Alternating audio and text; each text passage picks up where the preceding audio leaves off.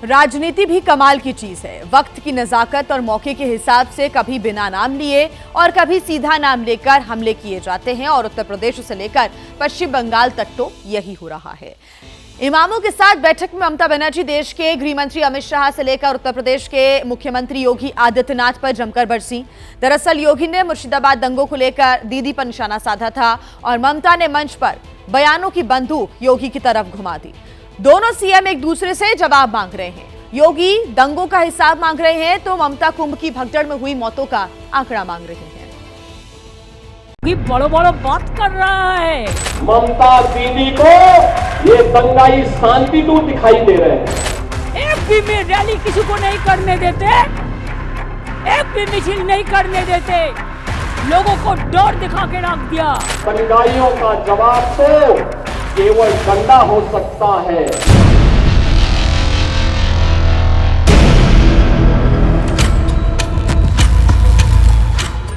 पश्चिम बंगाल की दहाड़ कही जाने वाली ममता बनर्जी और उत्तर प्रदेश के शेर कहे जाने वाले योगी आदित्यनाथ दोनों आमने सामने हैं।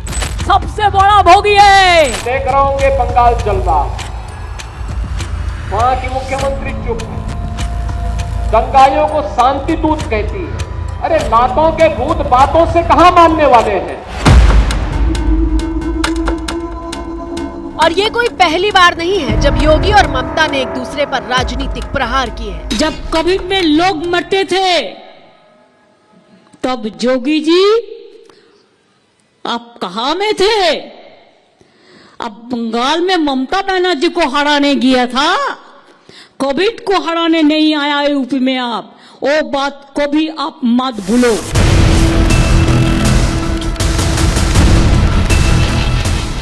पश्चिम बंगाल में पंचायत चुनाव हो या फिर विधानसभा से लेकर लोकसभा चुनाव, बीजेपी ने योगी को अपना चेहरा बनाकर बार बार दीदी को घेरने के लिए भेजा है। दीदी तो इस समय इतनी चिड़ी हुई है, इतनी नाराज है, या वो कह रही है कि जय श्री राम बोलोगे तो जेल में डाल देंगे। अरे चिड़ भाजपा से हो सकती है, हमसे हो सकती है, राम से क्यों? राम तो हम सबके आराध्य हैं।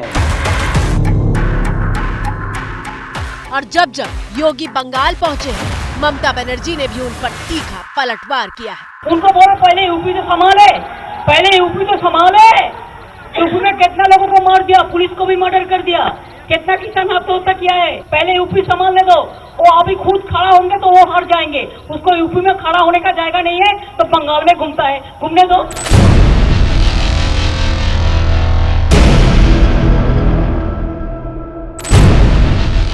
लेकिन सवाल यह है कि अभी तो कोई चुनाव नहीं है, फिर ममता बनाम योगी का राजनीतिक युद्ध क्यों शुरू हुआ है? तो जवाब के लिए ये तस्वीरें देखिए। पश्चिम बंगाल की मुख्यमंत्री ममता बनर्जी ने कोलकाता में मस्जिद के इमामों की एक बैठक बुलाई थी। आयोजन स्थल खचाखच भरा हुआ था और इस बैठक को संबोधित करने के लिए जब ममता ने माइक संभाला तो वो बेहद गुस्से में भरी हुई दिखाई दी। मैं हर धर्म का बात करती है। जब आप काली टेम्पल नया से बनाते हैं तो अब बीजेपी कहा जाता है। जब दुर्गा पूजा करते हैं वो कहते हैं हम करने नहीं देता। कई बार ममता का क्रोध इतना ज्यादा था कि उनकी आवाज तक कांप रही थी। अगर कुछ बोलना है मेरे का सामने आके बताओ, पीछा से नहीं। मेरे को जो बोलना मैं सामने से बोलता है, पीछा से नहीं करते हैं। छुपा रुस्तम का माफिक आप लोग फेक न्यूज छपाता है। करीब 1 घंटे से ज्यादा लंबे भाषण में ममता दीदी मोदी सरकार से लेकर गृह मंत्री अमित शाह पर बरसती रही। जितना भी आईटी सेक्टर है उसका, वो सब अमित शाह का कंपनी ज्यादा है। ये आप लोग को ध्यान होना चाहिए। उसका इसका साथ बराबर संपर्क है। मैं पहले को भी नाम नहीं लिया उनका। इतना जल्दीबाजी आपका क्यों है? आप तो प्राइम मिनिस्टर कभी नहीं बनेंगे। मोदी जी चला जाने के बाद आप क्या करेंगे? अब सवाल यह है कि ममता बनर्जी अचानक इतनी हमलावर क्यों है? बंगाल का नाम पे बदनाम करते हैं, साफ होना चाहिए। आखिर क्या वजह है कि ममता इमामों की बैठक बुलाकर केंद्र सरकार पर ताबड़तोड़ अटैक कर रही थी? क्या ममता कोई संदेश देना चाहती थी? तो इन सवालों के जवाब के लिए सबसे पहले आप इन तस्वीरों पर नजर डालिए। पश्चिम बंगाल के कोने कोने में केंद्र सरकार के वक्फ कानून के खिलाफ प्रदर्शन हो रहे हैं। वक्फ कानून के विरोध के लिए पश्चिम बंगाल की सीएम ममता बनर्जी ने मुसलमानों से एकजुट रहने की अपील की थी। कुछ दिल में दुख हुआ है वक़्फ़ प्रॉपर्टी के लेके, आप भरोसा रखिए बंगाल में ऐसा कुछ नहीं होगा जिसमें कोई डिवाइड एंड रूल होगा। ममता बनर्जी ने हुंकार भरी थी कि किसी भी कीमत पर वो पश्चिम बंगाल में वक्फ कानून लागू नहीं होने देंगी और इसी के बाद पूरे बंगाल में वक्फ कानून के विरोध शुरू हो गया। पहले विरोध, फिर प्रदर्शन, और इस प्रदर्शन को हिंसा में बदलने में वक्त नहीं लगा।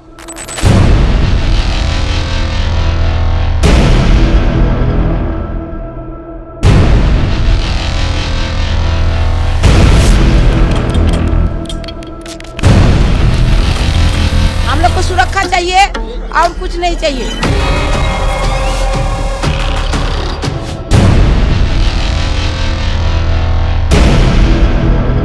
यहाँ गुंडागर्दी चलता है।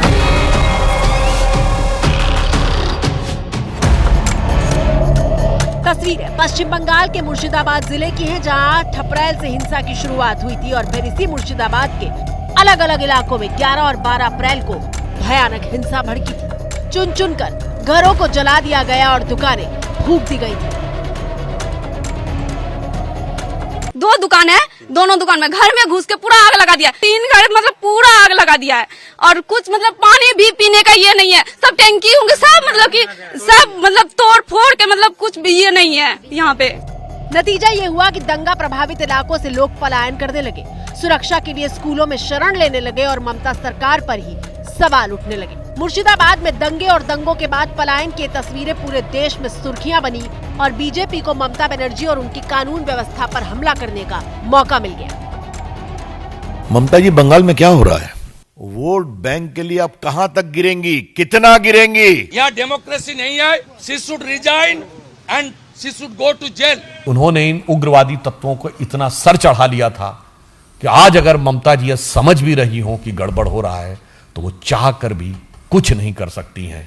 देश की हित को बेच डालने की जो कीमत ममता बनर्जी रख रही है, आगे आने वाले समय में ममता बनर्जी का नाम इतिहास में काले अक्षरों में लिखा जाएगा।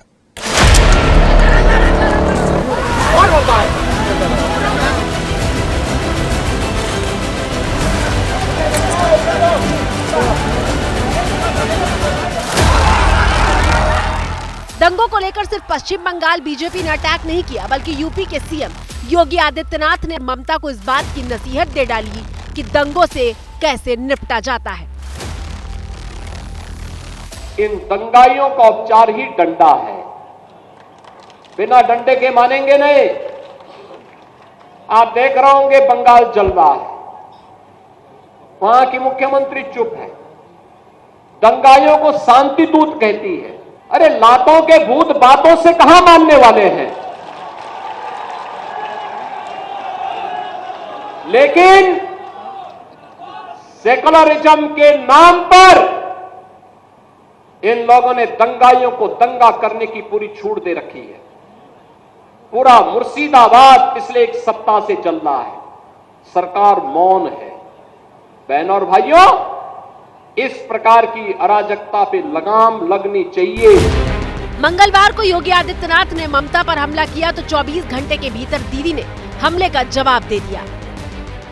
जोगी बड़ो बड़ो बात कर रहा है, सबसे बड़ा भोगी है। महाकुंभ में कितना लोगों का मौत हुआ, कितना लोगों ने इंजर्ड हुआ।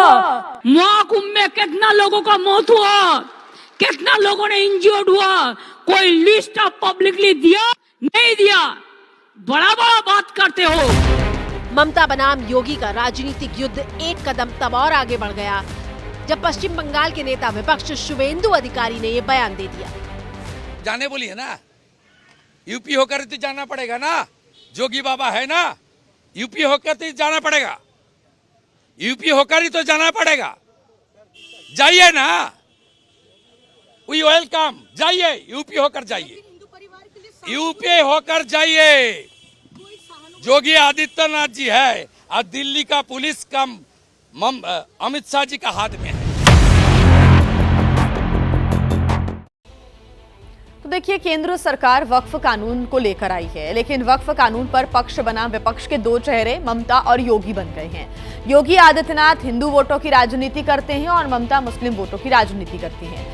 वक्फ बिल जब पेश हुआ तो बिल का विरोध कर रहे मुसलमान सरकार में शामिल बिहार के सीएम नीतीश कुमार और चंद्रबाबू नायडू की तरफ बड़ी ही उम्मीदों से देख रहे थे, क्योंकि ये वो नाम है जो सेकुलर होने की बात करते हैं। लेकिन वक्फ बिल पर दोनों नेताओं ने सरकार का साथ दिया और अब ममता न सिर्फ नीतीश और नायडू पर हमला कर रही हैं, बल्कि वक्फ कानून के खिलाफ खड़े होकर मुसलमानों की सबसे बड़ी आवाज बनने की भी कोशिश में जुटी हुई है। अब देखिए, चंद्रबाबू नायडू चुपचाप बैठे हैं। आप लोग तो उनको भी वोट देता है, देना चाहिए, मैं तो ऐतराज नहीं करती हूं। चुपचाप बैठे हैं नीतीश बाबू, चुपचाप बैठे हैं, पूरा सपोर्ट देता है। क्या थोड़ा दे देंगे बीजेपी, थोड़ा पावर दे देंगे। इसके लिए, पावर के लिए आपको दिल भी दे सकता है, आपका खून भी दे सकता है। आपको वोट देना चाहिए था, नहीं देना चाहिए था। वक्फ कानून बन चुका है, लेकिन ये वो मौका है जब ममता साबित करना चाहती हैं कि वो सिर्फ पश्चिम बंगाल के नहीं बल्कि देश के मुसलमानों के साथ खड़ी है। ए बीजेपी वालों, अच्छा से सुन लो, इसमें वक्फ प्रॉपर्टी में हिंदू लोग भी रहता है। आप चाहते हैं कि स्टेट वक्फ बोर्ड तोड़ जाए, उसका पावर आप लेने चाहते हैं।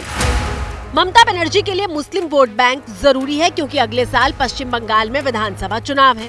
ममता ने इमामों की जो बैठक बुलाई थी, उसमें मंच पर दो भगवाधारी भी दिखाई दिए और ममता हर धर्म को साथ लेकर चलने की बात भी कर रही थी।